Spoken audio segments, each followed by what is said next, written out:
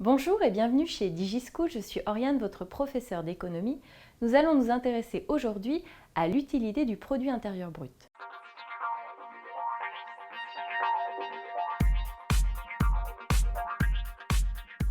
Le produit intérieur brut a deux principales utilités. C'est tout d'abord un outil de mesure de la croissance et c'est ensuite un outil de comparaison internationale.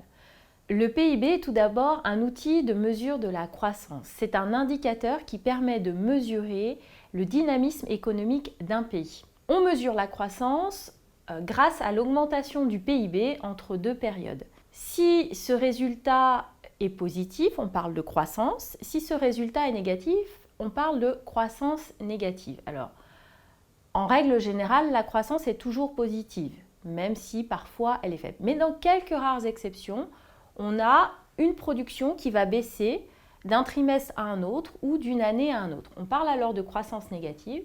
Et si cette croissance négative se perdure pendant au moins 2 trimestres, on parle alors de récession. Il faut distinguer au sein du PIB le PIB en valeur et le PIB en volume. Pourquoi ? Parce que le PIB en valeur exprime le produit intérieur brut en monnaie courante, sans tenir compte de l'inflation.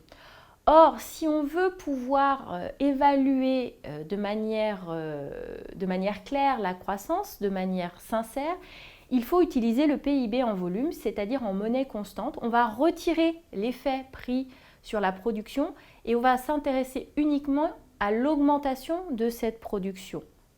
Le produit intérieur brut est également un outil de comparaison internationale. À cette fin, on va utiliser le PIB par habitant.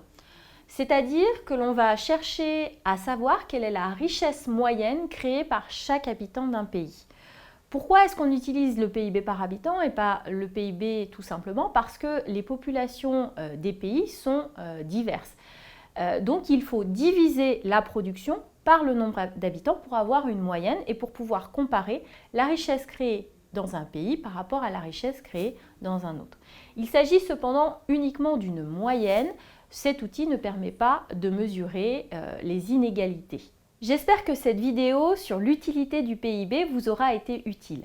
Je vous invite à consulter nos autres documents, nos autres vidéos sur notre site internet. Je vous dis à bientôt sur DigiSchool.